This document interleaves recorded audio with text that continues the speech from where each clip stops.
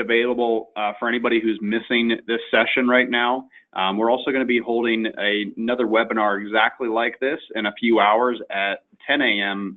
Pacific Standard Time as well. So if you don't pay attention too much, you can always catch the next one as well. But wanted to say thank you again for everybody's time this morning. I'm Ian Campbell. My colleague Mark L. is next to me.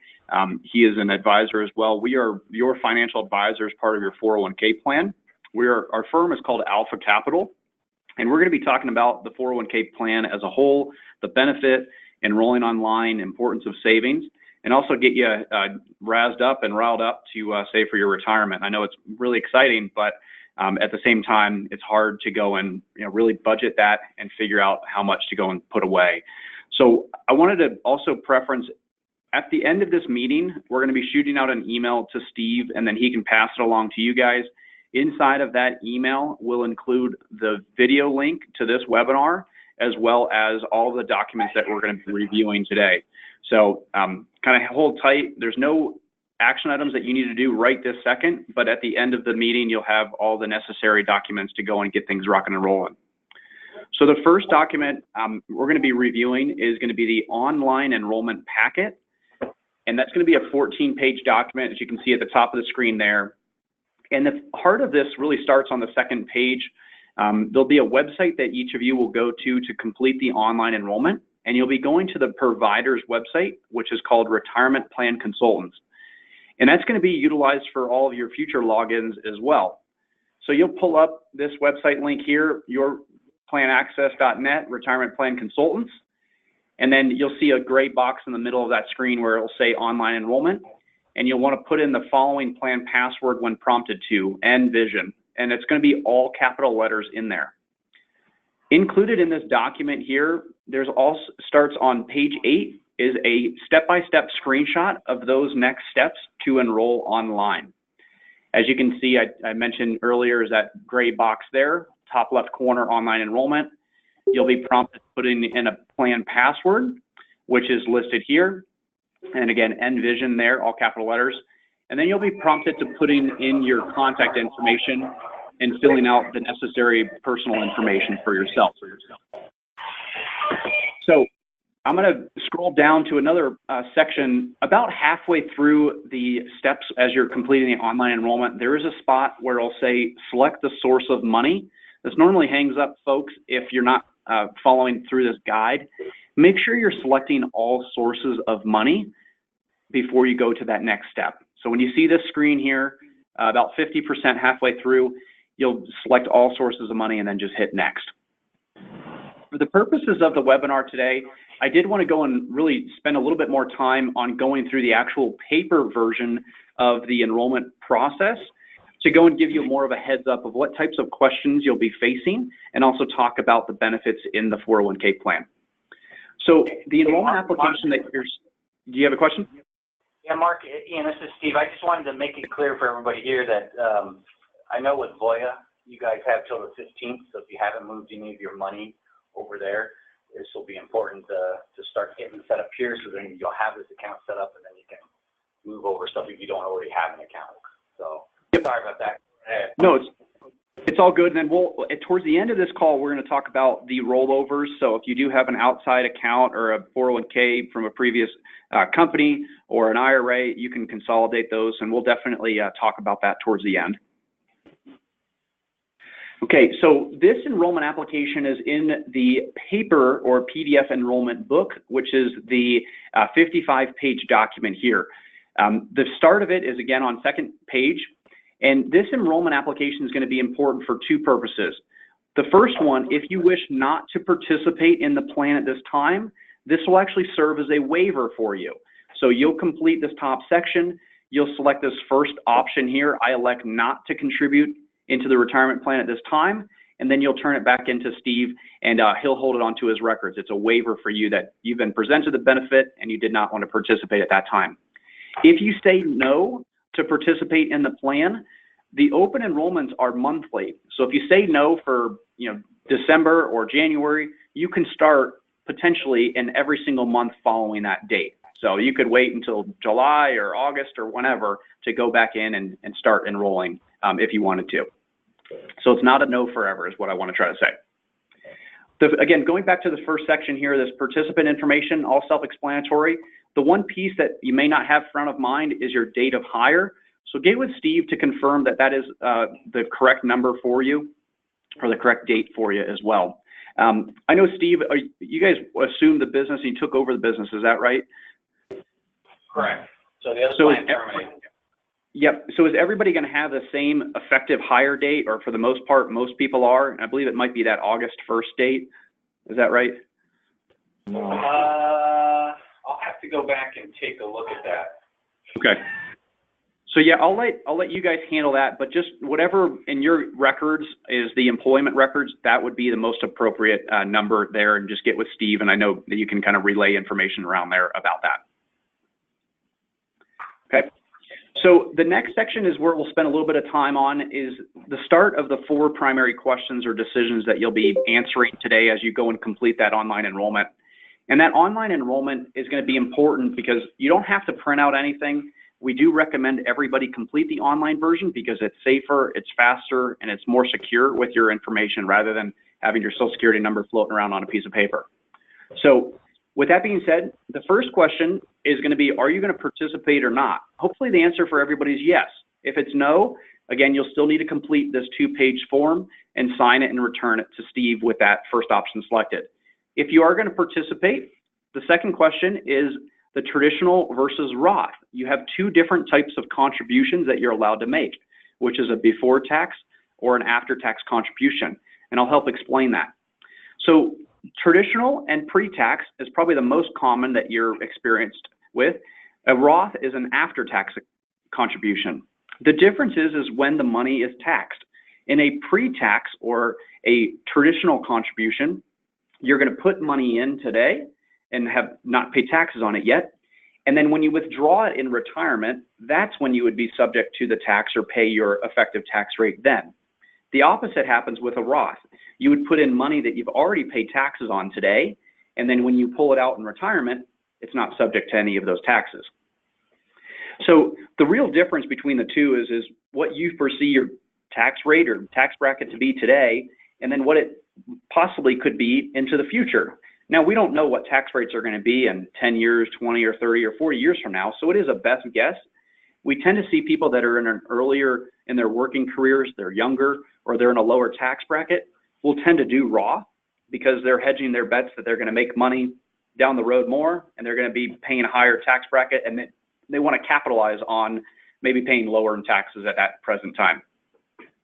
And then with a pre-tax or traditional contribution, if you are looking to reduce your taxable income, let's say you're making $50,000, you save $5,000, that's going to bring your taxable income down by that $5,000, and the government's going to tax you on $45,000. So in that premise, if you're looking to reduce your taxable income, then a pre-tax contribution would probably be in best cases for you as well. I did want to create just kind of a paycheck example on the power of saving in retirement. The way the taxing works when a pre-tax contribution is made, I'm going to say that you've got a sample paycheck of $1,000 gross. So you're going to make $1,000 per week, your $1,000 paycheck, and you're going to save 5%. That 5% number is $50. So if you're saving 5% of that $1,000 paycheck, your paycheck, if you're doing a pre-tax contribution, is not going to go down by that full $50. Your net take-home pay is only going to go down around $25 to $30. So it's like you saving $50, but you're only reducing your net take-home pay by about $25 to $30. So a great benefit there, just with the power of tax-deferred savings in that pre-tax contribution. And then all earnings and compounding interest, that all grows tax-free as you are doing those annual contributions and annual growth for that as well. So I wanted to pause there. Does anybody have any questions about traditional versus Roth at all? I have a question. Okay, go for it. Can you hear us? Yeah, I can. Okay, yeah, we have a question. If you've already had your 401k and you haven't taken taxes out, and now you go to the one that's taking taxes out, how does that work? It's not going to matter. So the question is, and let me rephrase it, and let me see if I'm making sense of it is if you're saving in a pre-tax account right now, and then you switch over and start doing Roth contributions, is that fair to say? Yes. Okay, so that's not going to matter at all. So what would happen is you would have two different types of money or two money types in retirement in that account, and you could ultimately take distributions from either. You have options in that scenario. So if you're in a high tax bracket in retirement for a period of year because you're still working part-time, then yeah, pull it out of the Roth money because you've already paid taxes on it. If you're in a lower tax bracket and you have to pay taxes on it, then you have the option of pulling it out of the pre-tax. You would essentially have kind of two money types and two types of money in one account to basically pull from at your leisure. You could pull from whichever one. It's just one that's going to have taxing on it and then one that's not. And they could live ultimately in the same account. Okay. Was that the same question? Was that for a distribution or a rollover? I just wanted to clarify the question. I was taking that as more of a distribution if you were having to pay the taxes in retirement as you were pulling the money out. But no, he's currently has the 401k with the company with Voya. Okay. And he wants to roll that into this account. However, that's a traditional, and now he's about doing the Roth. So good question. So thanks for clarifying that. So if you've got an old account that's pre-tax money or traditional 401k, a traditional IRA that you have not paid taxes on it yet, if that gets rolled into this plan, it's going to be in the exact same money type structure. So if you're now starting to contribute Roth or contributing to pre-tax, you're going to ultimately have two buckets of money, either Roth or pre-tax, whichever one you're contributing in. So any money that comes over from the other accounts into this plan is just going to go into its appropriate bucket. So inside of the 401k structure, you have two buckets. You've got a pre-tax bucket and a Roth bucket. And if you never start in either of them, they're just going to sit at zero, basically. But that money is just going to get rolled over into that most appropriate bucket, if it's pre-tax or after-tax contributions. So the rollover traditional is going to go into its own account with, let's say, your company, and then if he starts a Roth, they'll start taking the taxes out free and putting that money into a separate account in that with you, right? Exactly. So let's just say you got a $10,000 pre-tax traditional 401k with another company, and you're going to roll that $10,000 over to this new plan. That $10,000 is going to go into a pre-tax contribution for yourself, and it's going to automatically go into that bucket. Now, if you're starting contributions for your new payroll and it's going into either a pre-tax, then that money is just going to, that 10 grand is just going to grow by those contributions that you're putting in plus earnings and whatnot. If you were to go and start saving in a Roth account, then yeah, you're going to have that 10 grand in that pre-tax bucket, and then all of your new money is going to just go into that Roth account. And it's all inside of the same structure inside of your 401k account. There's just two different money types inside of that one account for you. Okay. Don't get excited to see one account, a lot of money, knowing that one's going to get taxed and you got this one. Yep. Okay. Okay.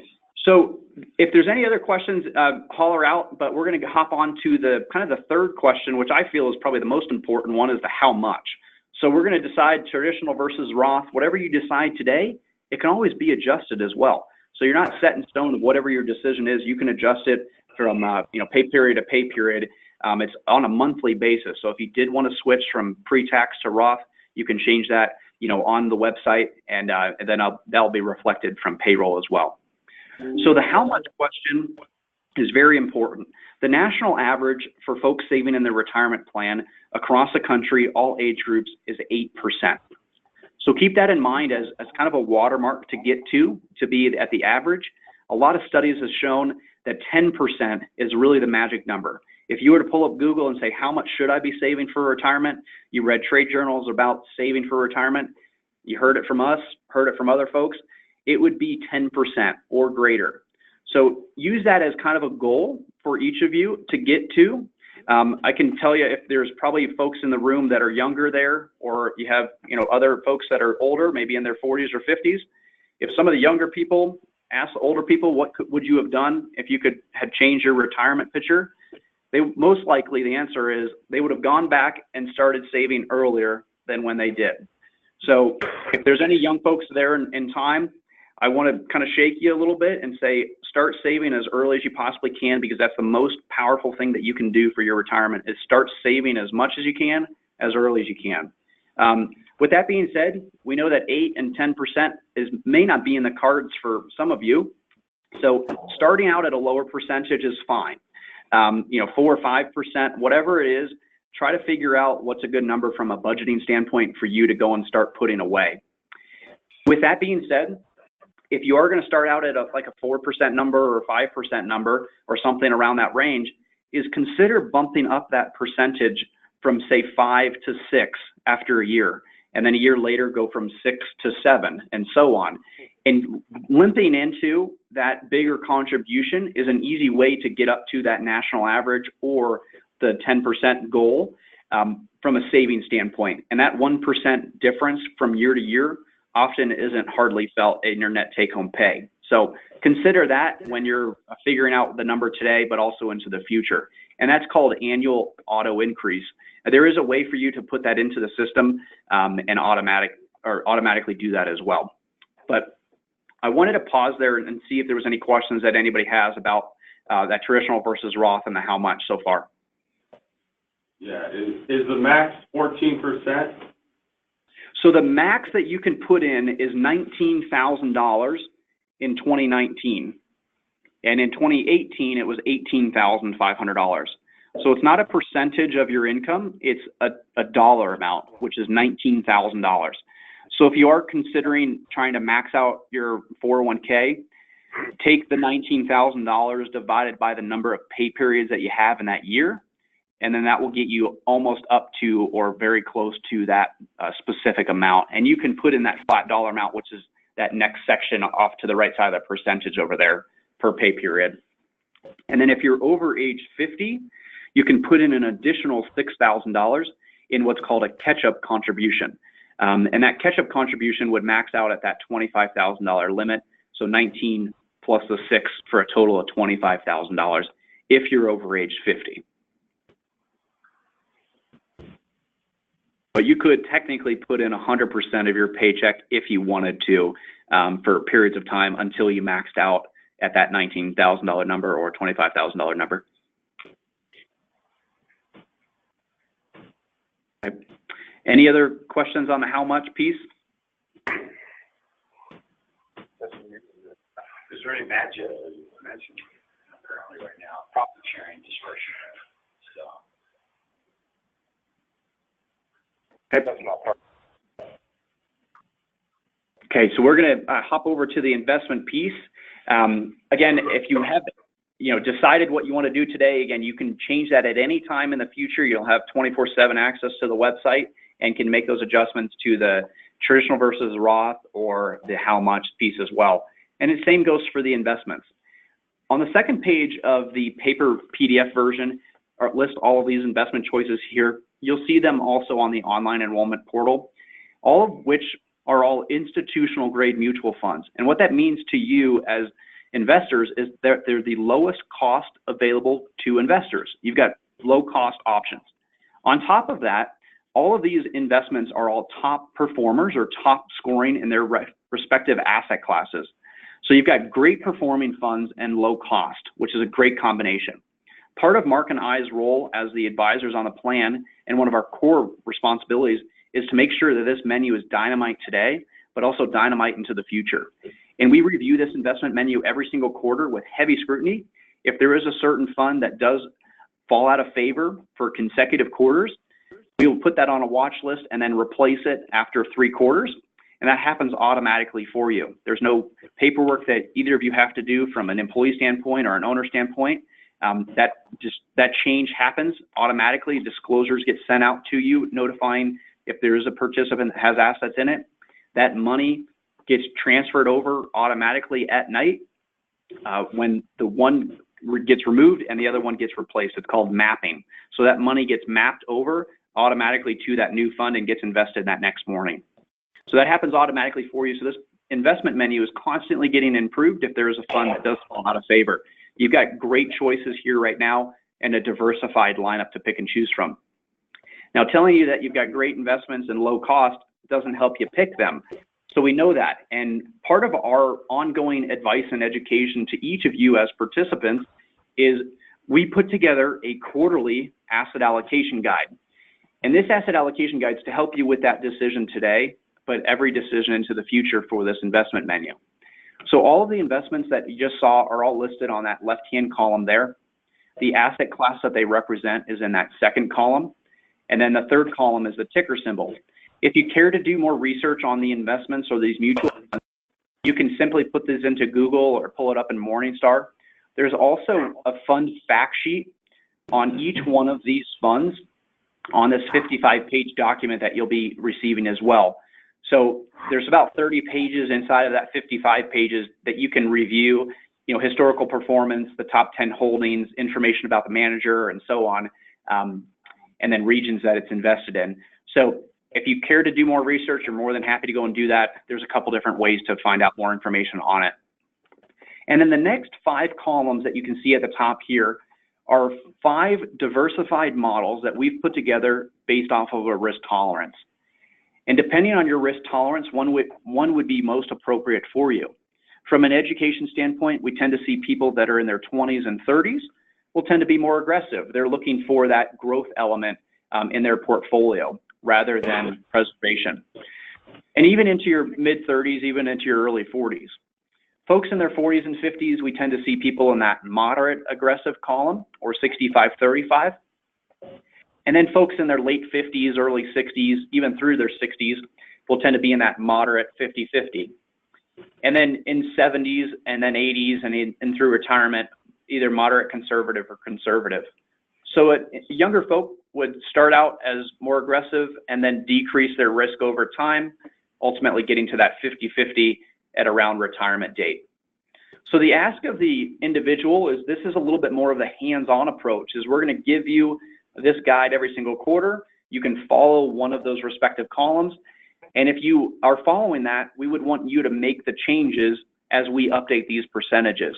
So the ask is, if you're going to follow it, we come out with a new guide and some of these percentages are moved around or changed, is we'd want you to log in online to the website, look at the percentages that you have in online versus the sheet, and then you can make those adjustments and then hit save. It would take you probably 2 to 3 minutes, a couple times a year. So that's a hands-on option. There's a hands-off approach as well, which is the target date series. Some of you who have invested in 401k plans in the past have probably seen these target date series as well. And hopefully I can explain it in greater detail to what you may have heard in the past. The target date funds are very popular. And the reason being is they're hands-off, autopilot kind of cruise control type mentality. And they work very similarly to those columns up above. The ones I've highlighted in blue, they're the bigger the year. And that would indicate that you're going to retire later in life. And the way that this works is you would find out what year it will be when you reach age 65. And that's going to put you into one of these target date ranges that you can see in that second column. And then that would associate you with that most appropriate target date fund. The ones that I've highlighted in blue are going to be an aggressive in that 80 to 90% in equities or stocks. So for those younger folks, 20s and 30-year-olds. And then the next 4 are going to be more similar to that second column from the right, the moderate aggressive. So 60% equities and stocks, 70% equities and stocks, kind of for that 40 crowd, 50 crowd, and so on. And then as you're nearing retirement, the closer the year, the more conservative it is. And the ones that I've highlighted in blue are going to be similar to that middle column or that moderate column. And it's going to be closer to that 50-50 portfolio. So just to reiterate, they start out at about 90% in equities, and then they de-risk every 5 years automatically, and then become about a 50-50 portfolio in retirement or at that retirement year. So we've got a hands-on approach, a hands-off approach, and then the third is you're free to do whatever else you would like. You've got full discretion over what you want to pick and choose. We just wanted to help provide some more direction and advice of what we feel would be most appropriate for you. in the scenario you wanted to be more hands-on or wanted to be more hands-off. There are no trading costs at all to going in and out of any of these investment choices. You can change them every single day if you wanted to with no additional cost. So be mindful of that. We don't want you to day trade your 401k account, but you have the full autonomy of picking and choosing whatever you would like. I'm going to pause there. Are there any questions about the investments that we've covered or anything else that we've talked about so far? So basically, we can just leave it up to you too, if we want, right? What do you mean by that? Just like for us to manage it? Pro. Yeah, and in our pro version, or I guess our advice is if you have 3 to 4 minutes, once a quarter, is to follow one of these columns. If you ask me, you said, hey, Ian, hey, Mark, what would you invest in? I'm 40 years old. I would say go 65-35 all day long if you're going to spend a little bit of time and log in online and make those adjustments. That's our best guess. If it was my money, I'd put it into one of those columns. If you were more hands-off and you said, hey, I'm just not that type of guy where I want to follow, or a gal that wants to follow this, from month to month or quarter to quarter, I kind of want to go in cruise control mode. And the target date funds are great. Like I said, 7% or 70% of folks are saving in target date funds. So they're very, very popular for that autopilot cruise control type mentality. So one of those is our best guess. If you're going to be hands-on or hands-off, that's our perfect scenario there. What we don't want you to do is you go and you look at the performances, or you look at the ones that did poorly or did great, and you start throwing darts trying to hope that you're picking the best one, you're picking the winners and the losers. We want you to not try to guess. We want you to have a diversified investment menu across those asset classes, or select a target date fund that's diversified as well. Hey, Ian, I was just letting you know we've got a meeting following this just after the 7:30. So just so that you're aware. Yep, and I've got just 2 small things that I'll talk about. Our contact information is on the bottom of this sheet in case you need to reach out to Mark or myself. The last 2 things I wanted to just cover really quickly is the beneficiary designation form.